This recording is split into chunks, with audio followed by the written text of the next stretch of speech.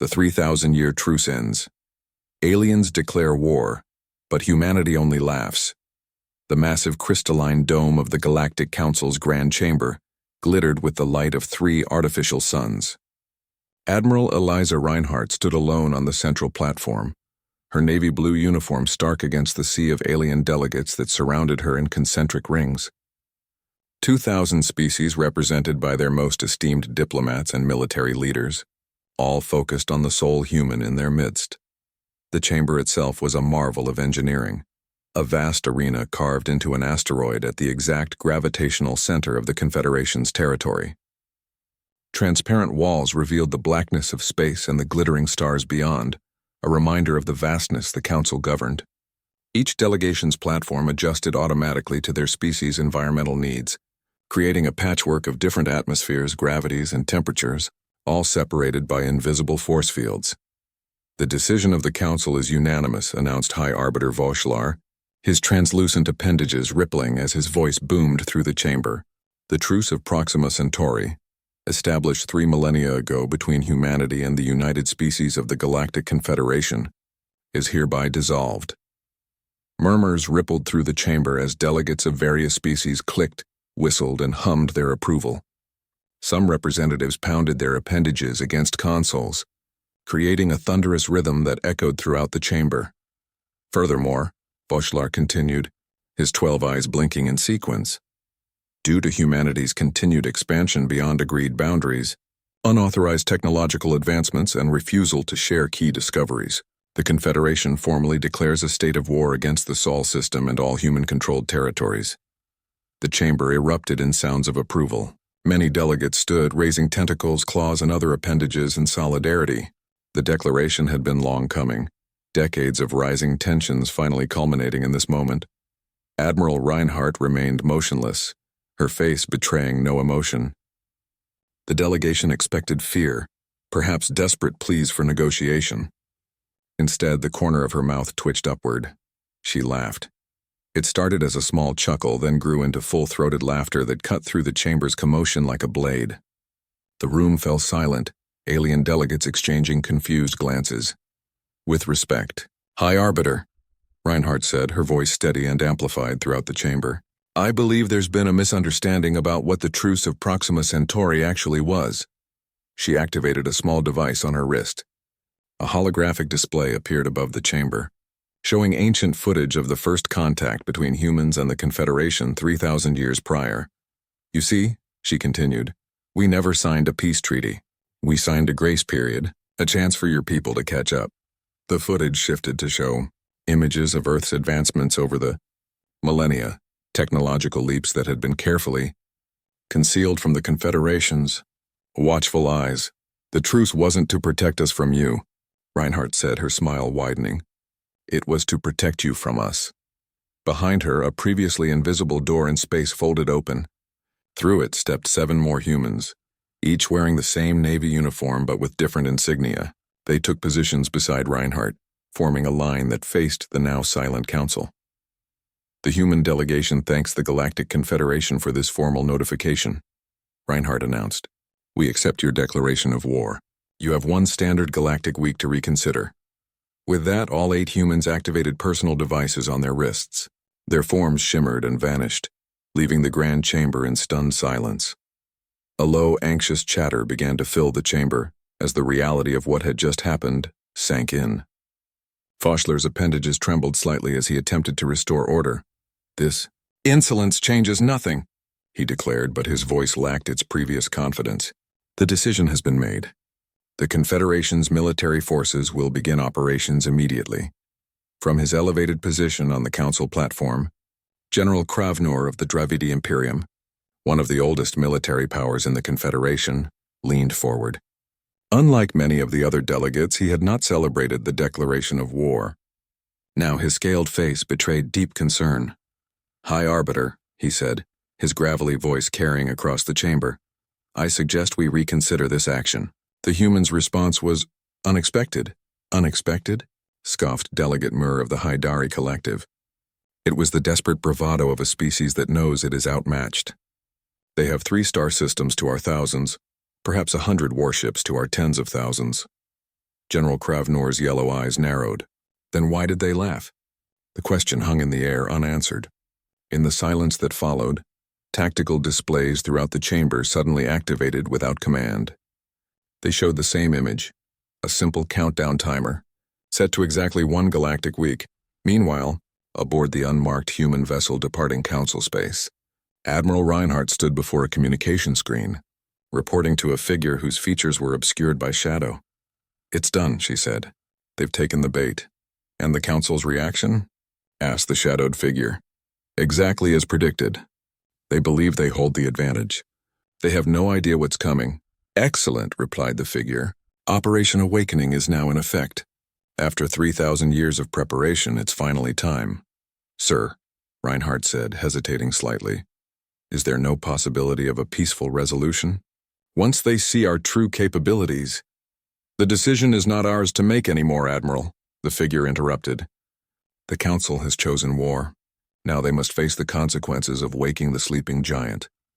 As the ship accelerated to speeds that Confederation sensors couldn't track, Reinhardt gazed out at the stars rushing past. Humanity had maintained the illusion of being a minor power for 3 millennia, carefully concealing their true strength while studying the Confederation's weaknesses. The charade had served its purpose, but now a new chapter was beginning. In orbit above the Council homeworld, automated systems registered the departure of the 8 small human vessels. Noting their apparent lack of advanced propulsion or weapons, the defense grid categorized them as minimal threat and returned to standard monitoring protocols. It was the first of many miscalculations that would follow.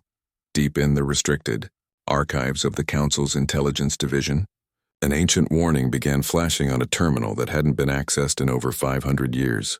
It displayed a simple message written by a long-dead analyst who had studied the earliest encounters with humanity. "They are not what they seem. If the truce ever breaks, do not mistake their restraint for weakness. What we have seen is merely the surface of an ocean whose depths we cannot fathom." The warning went unnoticed as preparations for war accelerated throughout Confederation space.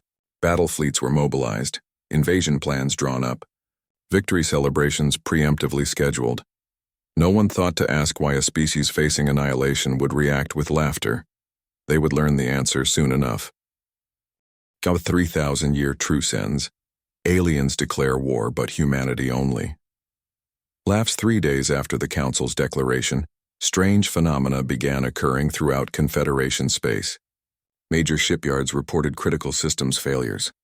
Communication relays between core worlds inexplicably went offline for hours at a time. Military vessels found their navigation systems redirecting them to incorrect coordinates. On the mineral-rich moon of Keltros IV, mining overseer Drahl watched in disbelief as automated extraction platforms suddenly shut down across the surface. His species, the insectoid Taraki, had evolved in darkness and possessed enhanced vision that allowed him to see what others couldn't, subtle movements in the shadows between machinery. The mining complex was vast, a sprawling network of tunnels and processing facilities carved into the moon's crust. It supplied nearly 30% of the Confederation's rare earth elements, critical components for their most advanced technologies. Now it stood silent. "There's someone here," he chittered to his security team. "Sweep the eastern quadrant." The guards, hulking reptilians from the Gorn Protectorate, moved with surprising speed for their size, weapons ready. The facility's lighting flickered, casting strange shadows across the metal walkways and processing equipment. "Nothing on scanners, Overseer," reported the security chief. "All systems show unoccupied sectors, but the guards found nothing. Security footage showed only empty corridors and functioning equipment, completely contradicting what was happening in reality." Drahl's compound eyes detected movement again, a flicker of something human-shaped slipping between 2 massive ore processors. "I saw them," he insisted, mandibles clicking in agitation. "How are they hiding from our sensors?" Meanwhile, in the heart of Confederation territory, the heavily fortified military world of Ragnar Prime discovered their orbital defense grid had been completely reprogrammed. Rather than protecting the planet, the weapons now pointed inward, locked onto government buildings and military installations.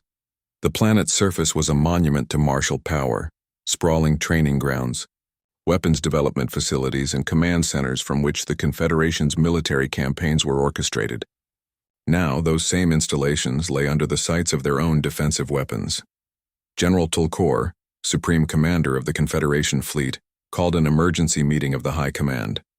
The massive reptilian officer's scales had lost their usual luster, his voice uncharacteristically subdued as he addressed the gathered military leaders in the bunker, deep beneath the capital city. "We have a serious problem," he announced. "The humans have infiltrated our systems far more deeply than we realized." A junior officer interjected, "But our networks are quantum encrypted and isolated. No external signal could—" "They're not hacking from outside," interrupted a small gray-skinned figure who stepped from the shadows. This was Director Lind of Confederation Intelligence, rarely seen in person. Her species, the Ceph, were known for their analytical minds and perfect recall, traits that made them ideal for intelligence work. "They've been inside our systems for centuries," she continued, her large black eyes unblinking. She activated a projection showing thousands of seemingly random malfunctions across Confederation space. When mapped together, they formed a distinct pattern, like a massive net slowly tightening. "We believed we were monitoring them," Lind continued. "But they were monitoring us. Every surveillance probe we sent to Sol system, they allowed it. Every spy we embedded in their colonies, and they knew. They've been gathering intelligence and placing backdoors in our system since before most of us were born." General Tulkor slammed a clawed fist on the table. "Then we strike now before they can fully activate whatever they've planned. We have numerical superiority, 14 fleets to their 3 known armadas. That's just it, General. We don't actually know how many ships they have, or where they are, or what they're capable of." As if on cue, the lights in the command center flickered. All displays momentarily showed the same image, a simple human smile before returning to normal. "They're toying with us," whispered an aide. In the silence that followed, a message arrived from Earth, the first official communication since the Council's declaration. It contained only 5 words. 4 days left to reconsider. Across the room, faces turned to General Tulkor, seeking reassurance. The general's expression remained grim as he processed the implications. "Continue preparations for the offensive," he ordered. "Double security on all critical systems. I want every available intelligence asset focused on determining the extent of human infiltration." As the meeting dispersed, Director Lind approached the general privately. "There's something else," she said, her voice barely audible. "Something I couldn't share with the others." She handed him a small data crystal. "This contains reports from our deep cover agents within human territory. The last transmissions we received before they went silent." Tulkor inserted the crystal into a secure reader. The files were fragmented, damaged. Final desperate transmissions from agents who knew they had been compromised. But amid the corrupted data, certain phrases stood out, not limited to Sul.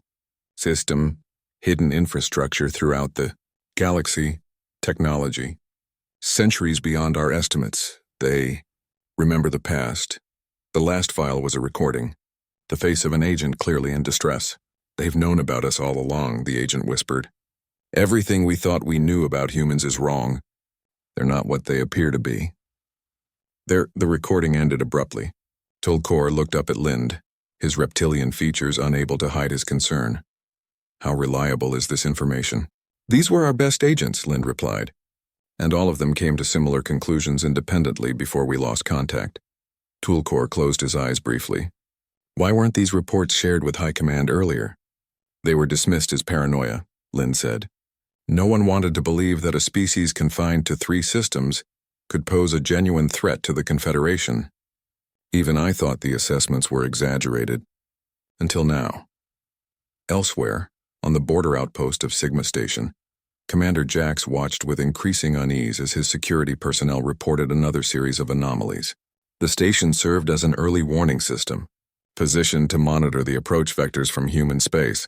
"Sir, we've lost contact with our sensor buoys in sectors 7 through 15, reported his communications officer. "That's impossible," Jax replied. "That's our entire forward detection network. There's more, sir. Our long-range scans are picking up nothing." "Explain." "I mean literally nothing, sir. No stellar radiation, no cosmic background noise, just emptiness, as if something is blocking our scans completely." Jax moved to the sensor station, examining the readings himself. The officer was right. A vast area of space ahead of them had gone completely dark to their instruments. Could it be a natural phenomenon? He asked, though he already suspected the answer. No natural phenomenon we've ever encountered, the science officer replied. It's as if someone created a bubble of non-existence. A sudden thought struck Jax. When did our last successful scan of that region occur? The officer checked the logs. Approximately 3 days ago, sir. Right after the Council's declaration of war. Jax's blood ran cold. He opened a secure channel to Confederation Command. This is Commander Jax of Sigma Station. We have a situation. I believe the humans are on the move, but they're using technology we can't even detect, let alone counter. Before he could continue, every system on the station suddenly shut down. Emergency lighting activated moments later, casting the command center in an eerie red glow. On the main view screen, which should have been powered down with the rest of the systems, a message appeared. Your warning has been intercepted. Do not attempt further communications. Remain at your post and await further developments. 4 days remain. Across Confederation space, similar scenes played out. Critical systems failed without warning. Communications became unreliable. Defense grids malfunctioned. And each incident reinforced a growing, terrifying reality. The humans had infiltrated everything, were everywhere, and were merely demonstrating a fraction of their capabilities. In the Grand Chamber of the Galactic Council, an emergency session had been convened. High Arbiter Voshlar struggled to maintain order as delegates demanded explanations, assurances, or immediate military action. The situation is under control, Voshlar insisted, though his trembling appendages betrayed his uncertainty. These are merely acts of desperation from a species facing annihilation. From the back of the chamber, a voice spoke, quiet, yet somehow cutting through the commotion. Are you certain of that, High Arbiter? All eyes turned to the ancient delegate from the Archivist's Enclave, a species that had documented galactic history for millions of years. He rarely spoke in council sessions, preferring to observe and record, because our oldest records suggest that humanity's relationship with this galaxy might be more complicated than current histories indicate. A hush fell over the chamber as the delegate continued. Perhaps before we proceed further with this war, we should consult the ancient archives. There might be precedents we have forgotten or chosen to forget. The 3,000-year truce ends. Aliens declare war, but humanity only. Laugh's ambassador Talon of the Volocrid Enclave had served on the council for over 2 centuries. Now retired, the elderly diplomat had chosen to spend his final years managing the ancient archives, the repository of knowledge predating even the Confederation itself. The archives were housed in a sprawling underground complex on Corellia Prime, a world chosen for its geological stability and remote location. The archives themselves were a wonder of preservation technology, tier upon tier of data storage systems spanning millennia of development, from primitive crystalline matrices to quantum-entangled memory cores. Some of the oldest records were stored in formats so ancient that only specialized equipment could still read them. Talon was organizing historical data when a human appeared beside him, seemingly materializing from thin air. His wing membranes fluttered in surprise, but he wasn't afraid. The Volocrid were natural empaths, able to sense emotional states and intentions. This human projected no hostility, only intense curiosity and something else, a deep sadness. "Hello, Ambassador," said the woman, dressed not in military attire but simple civilian clothes. "My name is Dr. Maya Rhodes. I believe you've been expecting me." Talon's compound eyes studied the human female. She was middle-aged by human standards, with streaks of gray in her dark hair and lines around her eyes that suggested a lifetime of study. "I suspected someone would come," he replied, his voice a melodic hum. "Though I expected soldiers, not a scholar." Dr. Rhodes smiled. "Sometimes understanding is more important than conquest." She gestured to the archive terminals. "You've been researching humanity's true history, haven't you? Looking beyond the sanitized versions in the Confederation databases?" The aged ambassador nodded slowly. The council made a terrible mistake. They don't understand what they've done. Together they moved deeper into the archives to a sealed section few knew existed. Talon's trembling hands activated ancient security measures, revealing a hidden chamber filled with records predating the Confederation. The room they entered was different from the rest of the archives. The technology here was older, more primitive, physical storage media rather than the quantum-based systems used elsewhere. The walls were lined with protective casings, each containing data storage devices from civilizations long extinct. Most believe humans were a young species when we encountered them, barely spacefaring.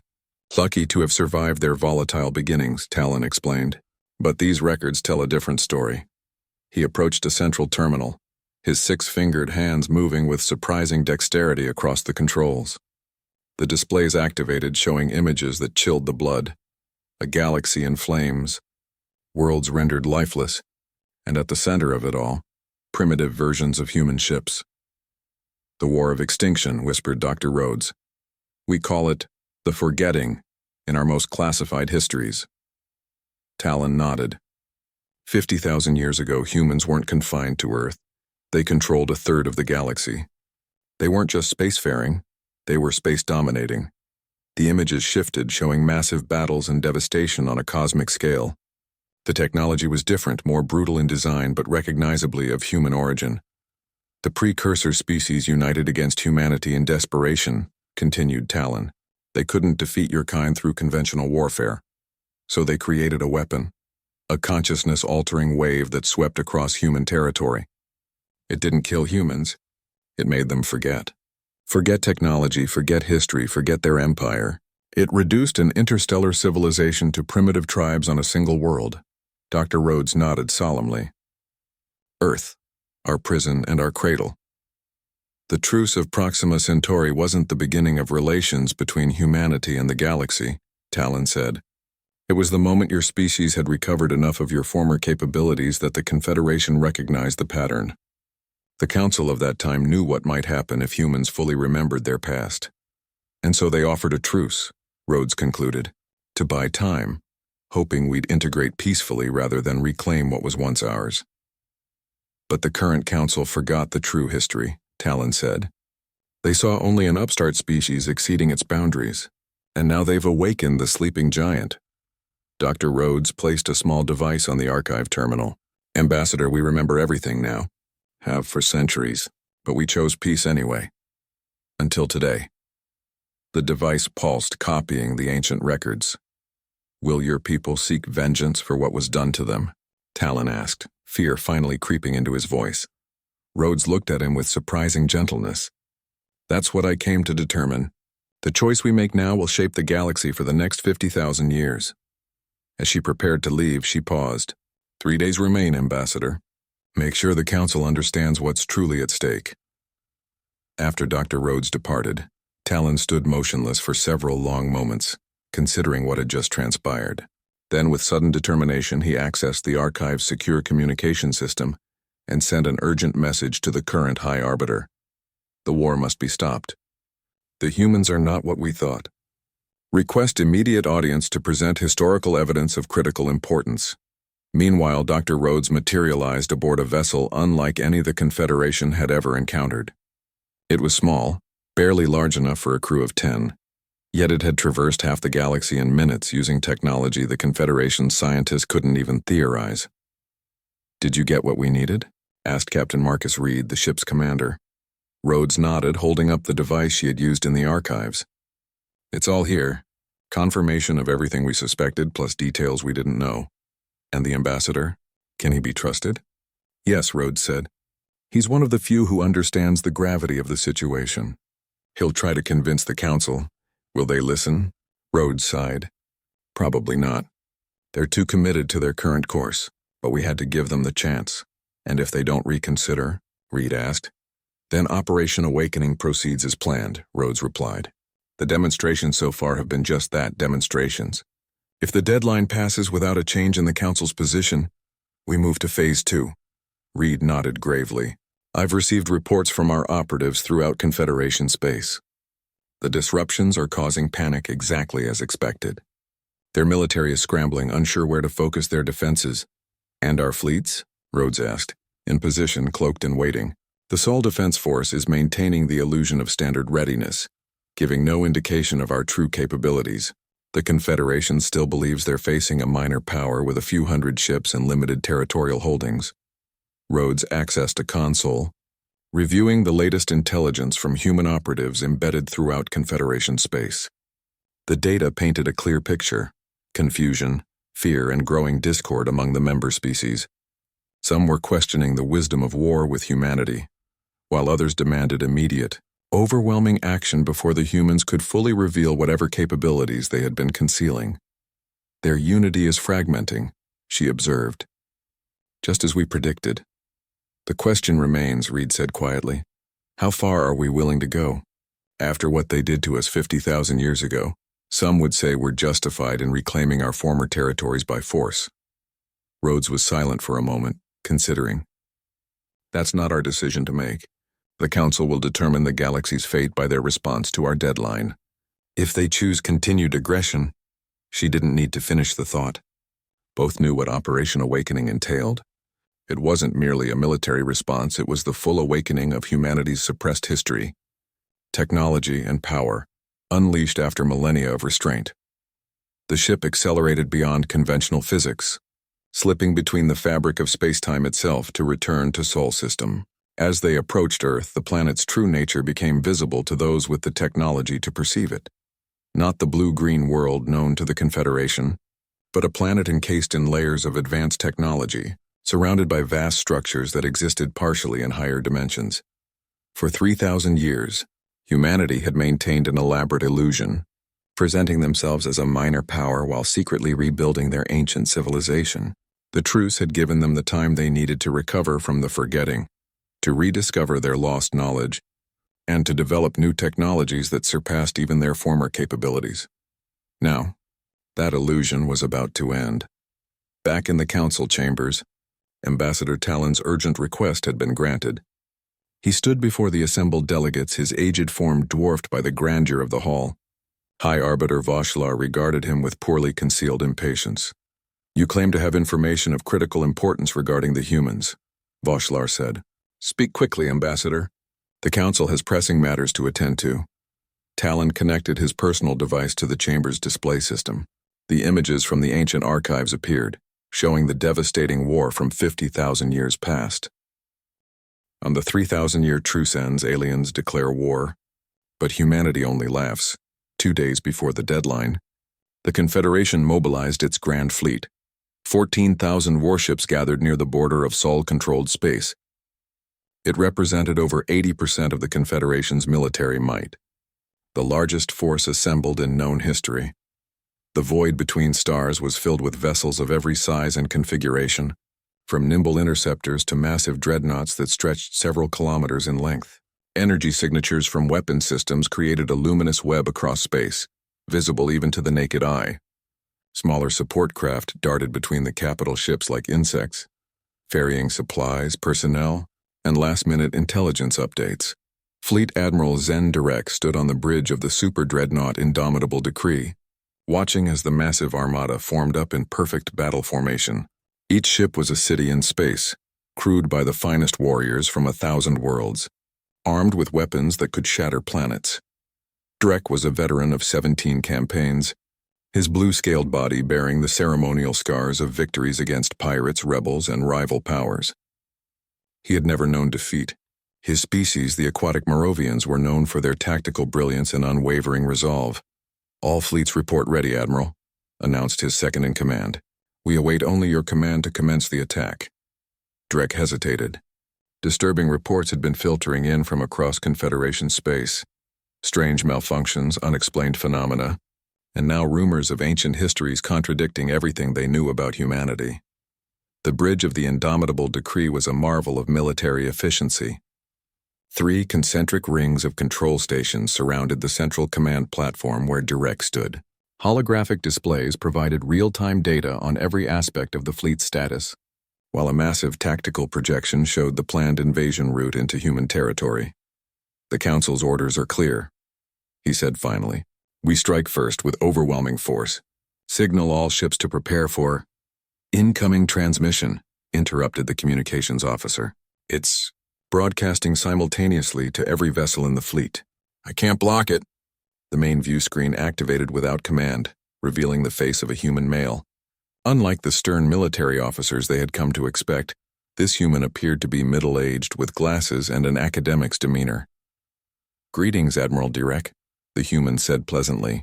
"I'm Professor Daniel Harrington, Earth Historical Institute. I've been authorized to give you a brief history lesson and demonstration." Drek's gills flared in anger. "How did you breach our communication security?" "This channel is quantum encrypted." The human smiled. "That's actually part of today's lesson." Before Direct could respond, the image shifted to show the vastness of space from an unfamiliar perspective. "What you're seeing is a live feed," continued Harrington's voice. "This is the view from what we call a Sentinel platform, one of thousands we've positioned throughout the galaxy over the past millennium. This particular one is located approximately 3 light-years from your current position." The view zoomed out, revealing that the entire Confederation fleet was visible as a tiny cluster of lights. "Impossible," muttered Direct. "No sensor technology has that range or clarity." "Impressive formation," Harrington commented. "Now please observe carefully." A small object moved into the frame, a sphere no larger than a shuttle, with no visible propulsion or weapons. It pulsed once with a soft blue light. Instantly, every system on every ship in the Confederation fleet went dark. 14,000 vessels, suddenly powerless, drifting in space. Emergency systems activated moments later, restoring life support and minimal functionality, but weapons, shields, and propulsion remained offline. On the bridge of the Indomitable Decree, now lit only by emergency lighting, Admiral Direct stared in disbelief at his useless controls. Officers rushed between stations, frantically attempting to restore power, while security personnel drew sidearms against potential boarders. The transmission continued uninterrupted, Harrington's face returning to the screen. That was a nullifier, standard peacekeeping technology from humanity's perspective. It temporarily suppresses specific energy patterns.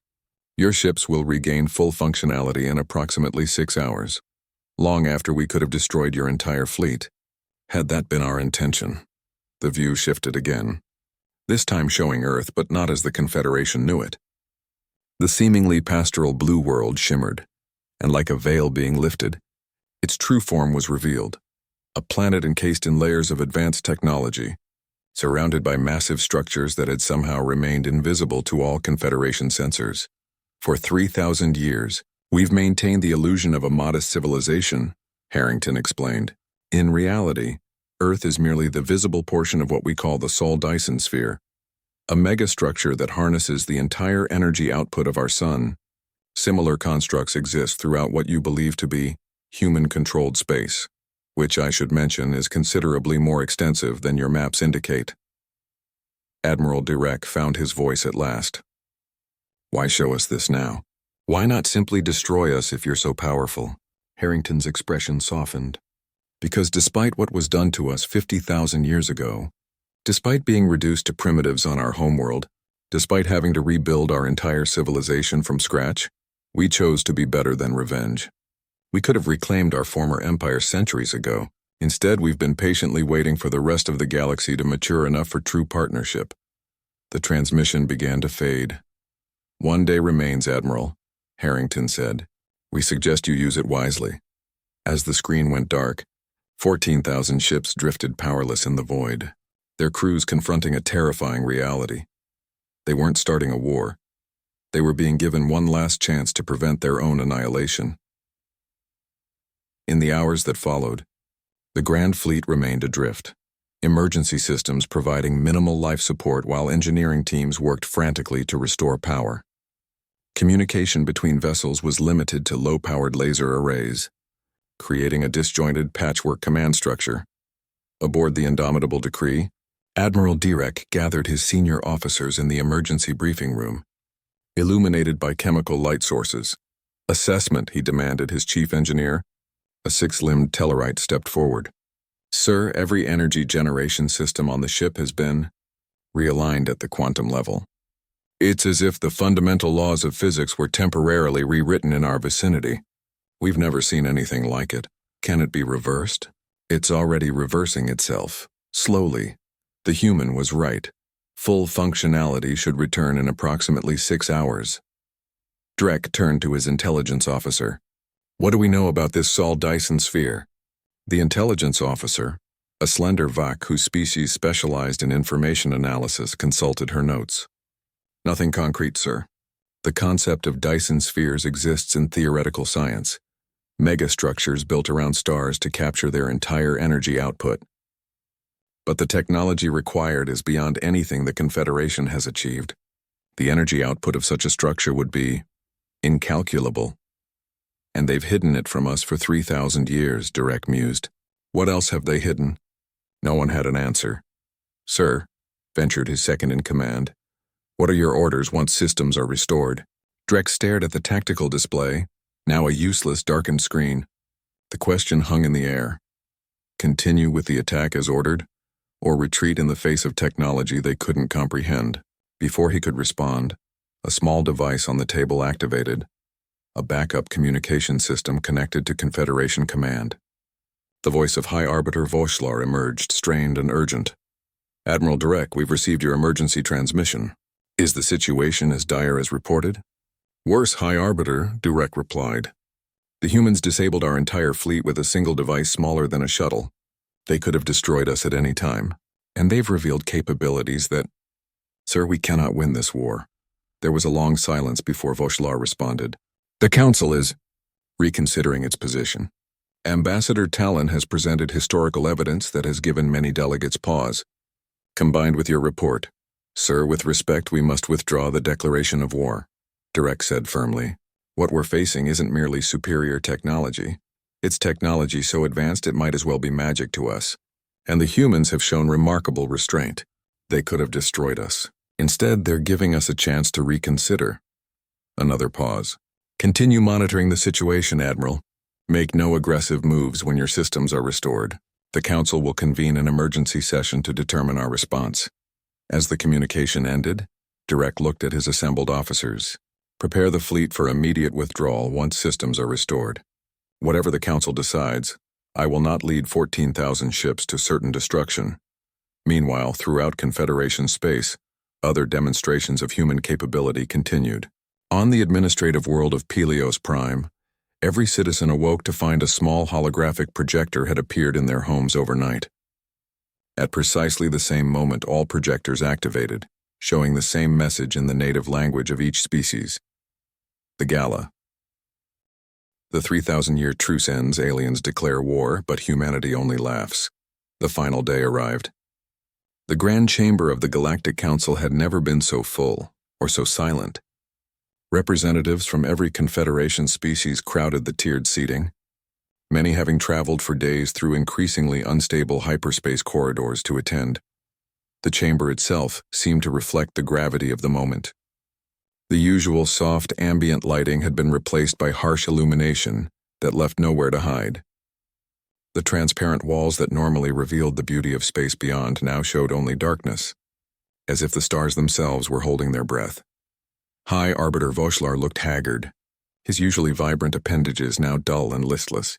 Beside him sat the full council of elders, their expressions grim. Before them stood Admiral Reinhardt, the same human representative who had laughed at their declaration of war. This time she was not alone. With her stood 7 other humans of varying ages and appearances, each representing different facets of human society: military, science, culture, commerce, diplomacy, history, and something the humans called ordinary citizens. The silence stretched, broken only by the soft humming of environmental systems and the occasional rustle as delegates shifted in their seats. Finally, Voshlar spoke, his voice lacking its usual commanding tone. The Council recognizes the human delegation and acknowledges that the deadline you established expires today. We have convened to hear your terms. Admiral Reinhardt stepped forward, her Navy uniform immaculate, her posture perfect. Unlike her previous appearance, there was no trace of amusement in her expression now, only a solemn determination. The Confederation has witnessed only a fraction of humanity's capabilities, Reinhardt began. You've seen our technological superiority. You've discovered fragments of our true history. Now you must make a choice that will determine the fate of every sentient being in this galaxy. She gestured, and a holographic display appeared in the center of the chamber. A real-time map of the galaxy, with countless points of light representing human installations, vessels, and technologies that had remained hidden until now. The display showed clearly that humanity's presence dwarfed the Confederation's, extending even into regions considered uninhabitable or unexplored. Gasps and murmurs rippled through the assembled delegates as they processed the implications. Some species had representatives in regions they thought untouched by any civilization, yet the map showed human outposts nearby watching, monitoring. 3,000 years ago we agreed to the Truce of Proxima Centauri not because we feared you, but because we feared ourselves, Reinhardt continued. We remembered enough of our history to know where unchecked expansion had led before. We chose restraint. We chose to give younger species time to develop, to potentially become true partners rather than subjects. Dr. Maya Rhodes stepped forward. The scientist's simple attire stood in stark contrast to Reinhardt's military precision, but she carried herself with equal confidence. 50,000 years ago, humanity dominated a third of this galaxy. We were conquerors, colonizers, consuming resources and subjugating other sentient species. The precursor civilizations were justified in their fear of us. The weapon they deployed, the one that made us forget our technology, our history, everything except our basic humanity, may have saved the galaxy from our dominion. Professor Harrington joined her, the same academic who had addressed Admiral Direct's fleet. When we began recovering our lost knowledge, we faced a choice: reclaim our former empire through force or chart a different path. We chose the latter. We've spent 3 millennia developing not just technologically but ethically. We've been waiting for the rest of the galaxy to reach a point where true cooperation becomes possible. The human identified as an ordinary citizen, a middle-aged woman named Lucia Reyes, spoke next. Unlike the others, she seemed slightly uncomfortable in the grand setting, but her voice was steady. We don't want war. We never did. What we want is an end to the deception on both sides. No more hiding our true capabilities. No more Confederation spies in our territory. No more pretending we're just another species finding our way in the galaxy. We are humanity. We have remembered who we are. And we choose peace if you'll have it. High Arbiter Vauchelar found his voice at last. And if we refuse? If the Confederation maintains its declaration of war? Admiral Reinhardt's expression hardened. Then we will respond accordingly. Not with the restraint we've shown these past days, but with the full force of a civilization that once ruled the stars and can do so again. The choice is yours. Murmurs rippled through the chamber as species conferred with each other. Vauchelar called for a vote. The voting process was solemn and methodical. Each delegation's decision was recorded and displayed on the massive central projection. Green for peace, red for war. As the votes accumulated, a sea of green began to spread across the display. One by one, the representatives of 2,000 species cast their decisions. Some did so with resignation, others with hope, a few with lingering defiance. When the final vote was tallied, Vauchelar rose to deliver the result. By overwhelming majority, the Galactic Confederation hereby rescinds its declaration of war against humanity, he announced, his voice stronger now. Furthermore, we propose a new agreement, not a truce, but an alliance of equals, acknowledging humanity's true place in the galactic community. Admiral Reinhardt smiled, not the cold, knowing smile from days before, but a genuine expression of relief. The human consensus accepts your proposal. The war that never truly began is now officially over. The tension in the chamber broke like a wave, replaced by a buzz of conversation, as representatives began to discuss the implications of this new relationship. Delegates who had been enemies moments before now approached the human contingent with questions, offers of cooperation, expressions of respect or caution. As representatives began to discuss the framework for this new alliance, Ambassador Talon approached Dr. Rhodes. "There's something I don't understand," the elderly alien said quietly. "You could have conquered us at any time. Why go through this elaborate demonstration? Why not simply reveal yourselves when the Council first threatened war?" Rhodes looked out at the diverse gathering of species now cautiously mingling with the human delegation. "Because we needed to know if the galaxy had matured enough to accept the truth. If we had simply revealed ourselves, fear might have driven you to desperate measures. This way, you discovered our power gradually, processed the implications, and still chose peace. That tells us everything we needed to know." "And what is that?" asked Talon. Rhodes smiled. "That we were right to wait. That the galaxy is finally ready for what comes next." In the days that followed, the full extent of humanity's presence in the galaxy began to be revealed. Carefully, methodically, to avoid overwhelming other species with the scope of what had been hidden. The 3 colonies known to the Confederation were merely the visible portion of a vast network of settlements spread throughout the galaxy. The modest Sol Defense Force was revealed to be a tiny fraction of a military presence that could have crushed the Confederation in days. The primitive technology humans had shared was shown to be centuries behind their actual capabilities. Most shocking to many was the revelation of humanity's spatial engineering achievements.